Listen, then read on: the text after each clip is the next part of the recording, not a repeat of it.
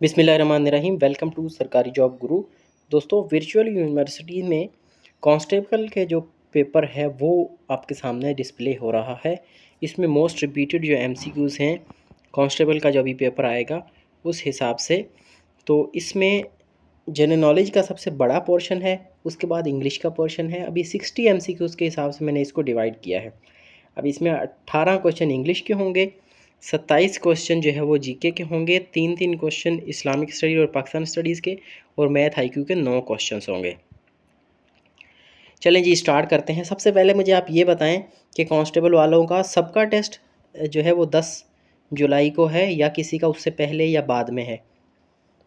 ठीक है जी।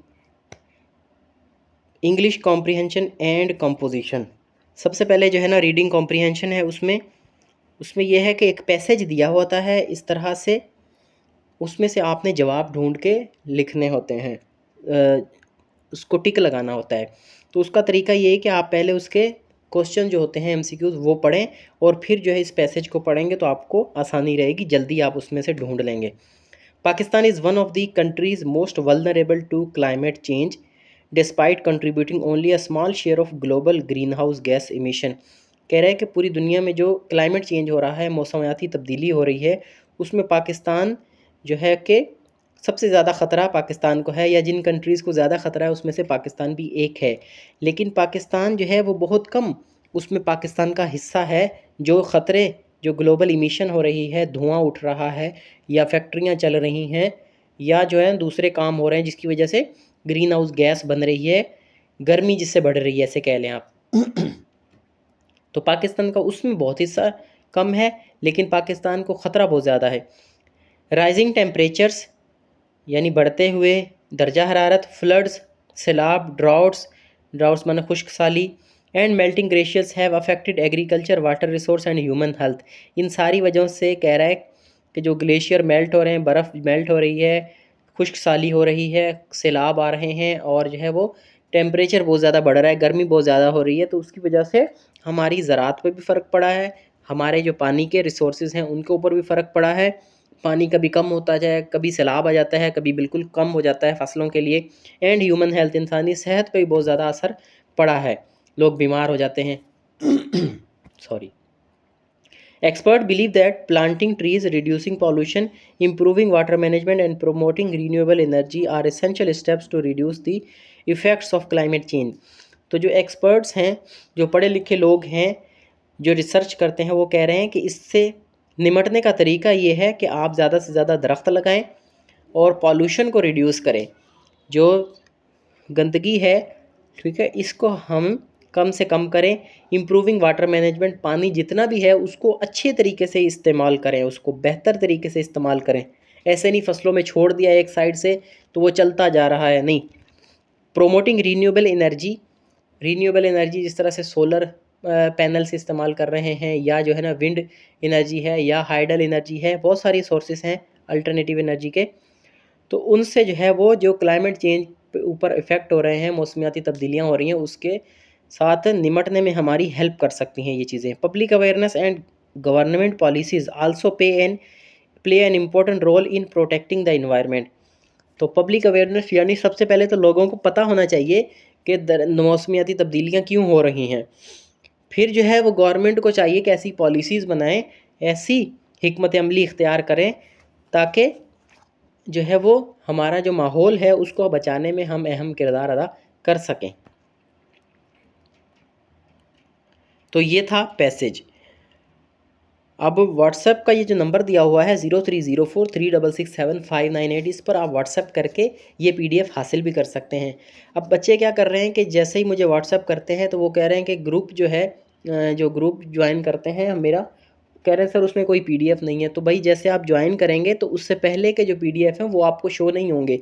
आपने अभी ज्वाइन किया, मिसाल के तौर पे 1 बजे या 2 बजे ज्वाइन किया, तो 2 बजे के बाद जो पीडीएफ मैं भेजूँगा वो आपको ज़रूर मिलेंगे, उससे पहले वाले आपको नहीं मिलेंगे। तो वो दोबारा मैं कोशिश करता हूँ कि फिर रोज़ शाम को या रात को वो दोबारा पीडीएफ सारे ग्रुप में सेंड कर दूँ। अब बार-बार एक-एक बच्चे के लिए बार-बार सेंड करूँगा तो बाकी मेंबर बोर हो जाएंगे कि सर ये बार-बार आप भेज रहे हैं।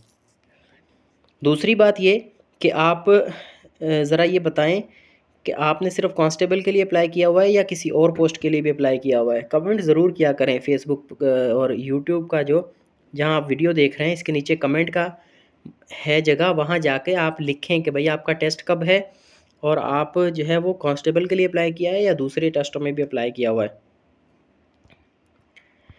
क्वेश्चन नंबर 1 है, according to the passage Pakistan contributes a large share of global emission. ये पैसेज क्या कह रहा है कि पाकिस्तान जो है वो एक इसमें ग्लोबल इमिशन में पाकिस्तान का एक बहुत बड़ा शेयर है। नो ग्रीन हाउस गैसेस, कि पाकिस्तान कोई ग्रीन हाउस गैस इमिट नहीं करता। अ small share of global emission, बहुत कम शेयर है ग्लोबल इमिशन में। हाफ ऑफ ग्लोबल इमिशन, आधा, जितनी भी ग्लोबल इमिशन हो रही है उसमें से आधा पाकिस्तान कर रहा है। तो पैसेज ये कह रहा है कि पाकिस्तान जो है वो ग्रीन हाउस इमिशन में तो पाकिस्तान का बहुत छोटा सा रोल है, यानी पाकिस्तान छोटा सा मुल्क है, इसमें इतनी ज़्यादा इंडस्ट्री है ही नहीं कि जो इतना ज़्यादा हम यहाँ से ग्रीन हाउस इफ़ेक्ट क्रिएट करें। ग्रीन हाउस इफ़ेक्ट बोलते हैं जो कार्बन डाइऑक्साइड जो यहाँ से निकल रही है, जितना भी ईंधन जलता है फैक्ट्रियों वगैरह में, उसका जो धुआं उठता है उसमें कार्बन डाइऑक्साइड होती है, वो ग्रीन हाउस इफेक्ट क्रिएट करती है। उसके साथ और भी गैसेज होती हैं, कार्बन मोनोऑक्साइड, नाइट्रस ऑक्साइड, ये सारी।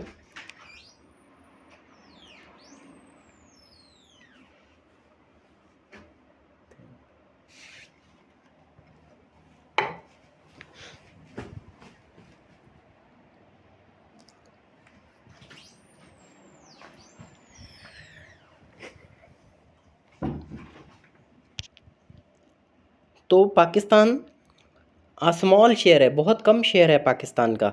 सी ऑप्शन इसमें सही है, पाकिस्तान।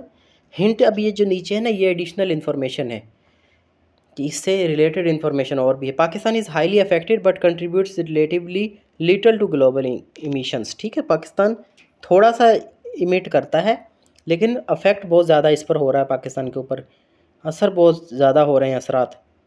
क्वेश्चन नंबर 2 है, which of the following is not mentioned as an effect of climate change. इनमें से कौन सा जो है वो क्लाइमेट चेंज का इफेक्ट नहीं दिया गया पैसेज के अंदर। नंबर 1, फ्लड्स, सैलाब, ड्राउट्स, खुश्कसाली, मेल्टिंग ग्लेशियर्स, जो बर्फ़ मेल्ट हो रही है, अर्थक्वेक। अर्थक्वेक है, डी ऑप्शन सही है कि ये नहीं दिया हुआ है, ये इसका है भी नहीं क्लाइमेट चेंज का। अर्थक्वेक की वजह से क्लाइमेट चेंज नहीं होता या डायरेक्टली नहीं होता। Earthquake is geological not climate related. ठीक है, अर्थक्वेक जो है ना वो जियोलॉजिकल मसला है, ज़मीन की टेक्टोनिक प्लेट्स जो है वो हिलती हैं, जब मिलती हैं आपस में और टकराती हैं तो उसकी वजह से अर्थक्वेक आता है। अर्थक्वेक बोलते हैं जलजले को, इसका क्लाइमेट से ताल्लुक नहीं है। क्वेश्चन नंबर 3 है, which solution is suggested in the passage.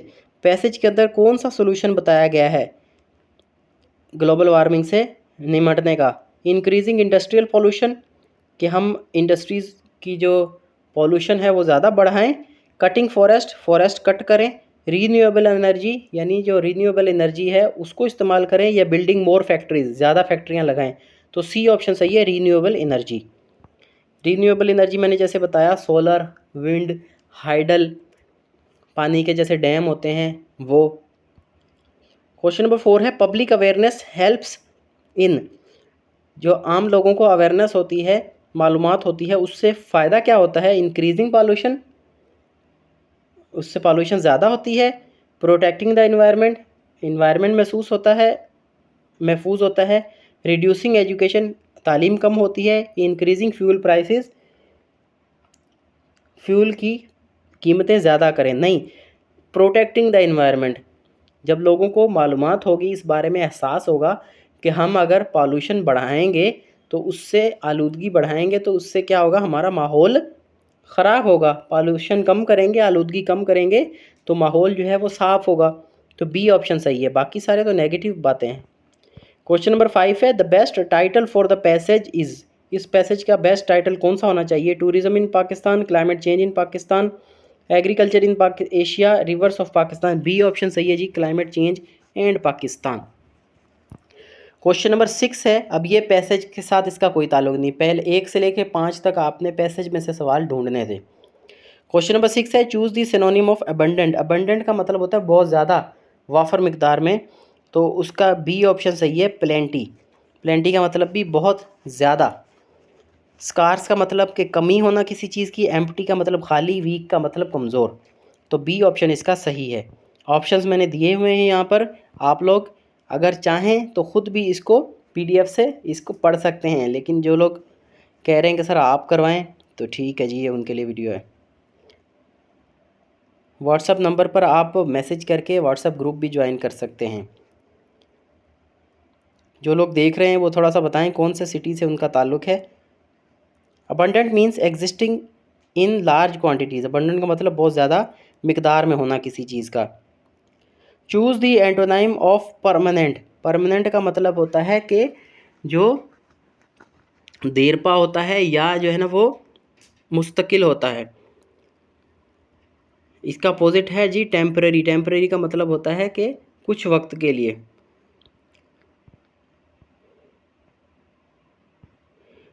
Choose the correct meaning of transparent. Transparent का मतलब होता है जिसमें आमने सामने देख सकते हैं, जिस तरह से शीशा होता है। तो ए ऑप्शन में कह रहा है डार्क, बी में कह रहा है डिफ़िकल्ट टू अंडरस्टैंड, मुश्किल समझने में, एबल टू सीन थ्रू, जिसके आर पार देखा जाए। चौथा है हैवी, तो हैवी नहीं, सी ऑप्शन सही है, एबल टू सीन थ्रू, जिसमें से देखा जाए आसपास आर पार। He is known for his integrity, वो अपनी दयानतदारी की वजह से जाना जाता है। The word integrity means, integrity का क्या मतलब है? लेजीनेस यानी सुस्ती, ऑनेस्टी ईमानदारी, वेल्थ का मतलब दौलत, एंगर का मतलब गुस्सा। तो इंटेग्रिटी का मतलब होता है ऑनेस्टी, ईमानदारी या दयानतदारी। ग्रामर में पहला क्वेश्चन है choose the correct sentence. She does don't like T, she does not like T, likes T, she doesn't like T, she not like T.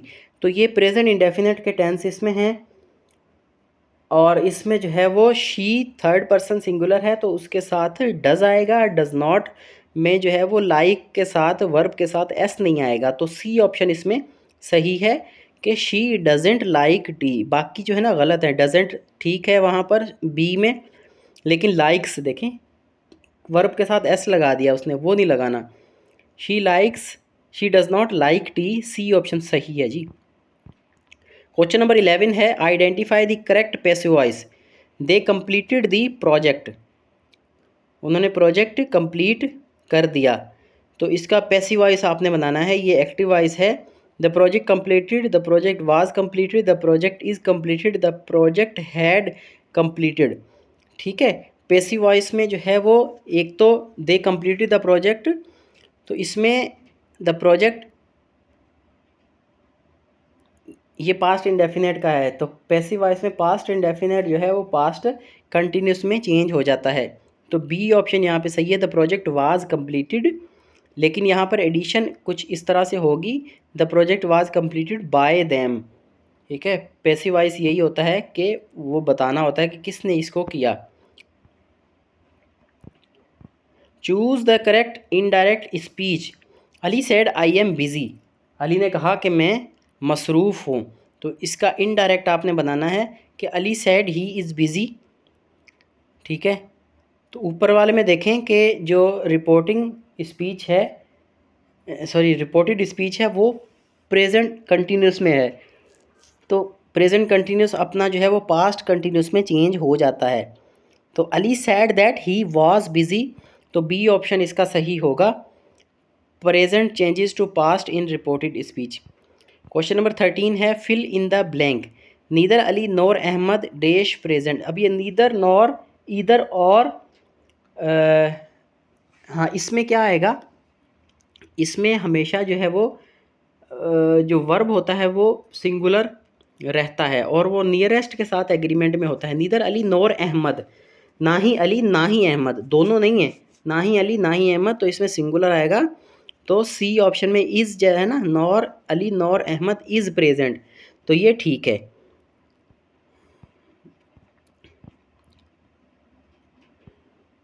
Question number 14 है choose the correct preposition. He insisted dash paying the bill.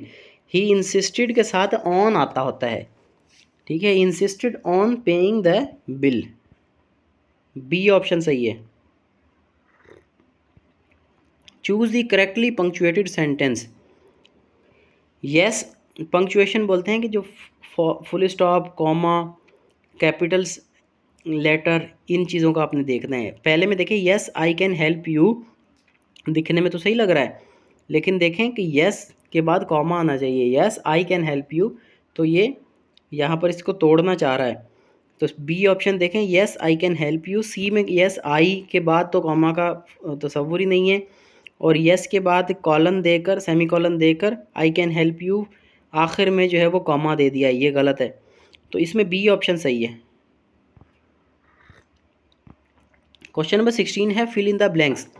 The police investigated the case.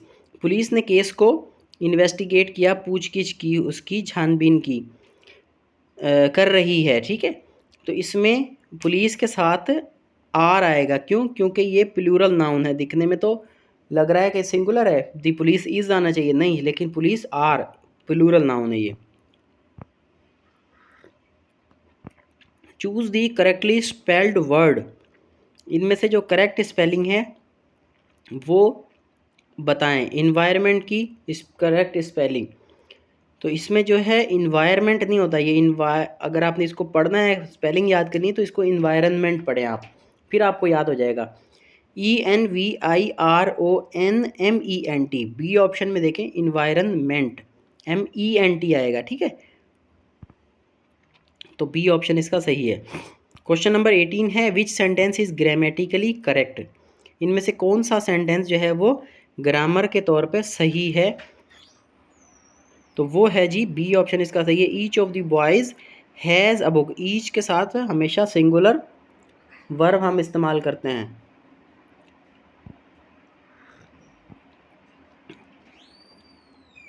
तो यहाँ पे हमारा जो English का portion है वो complete हो गया है। कांस्टेबल का पेपर, हम ये पेपर नंबर 1 डिस्कस कर रहे थे।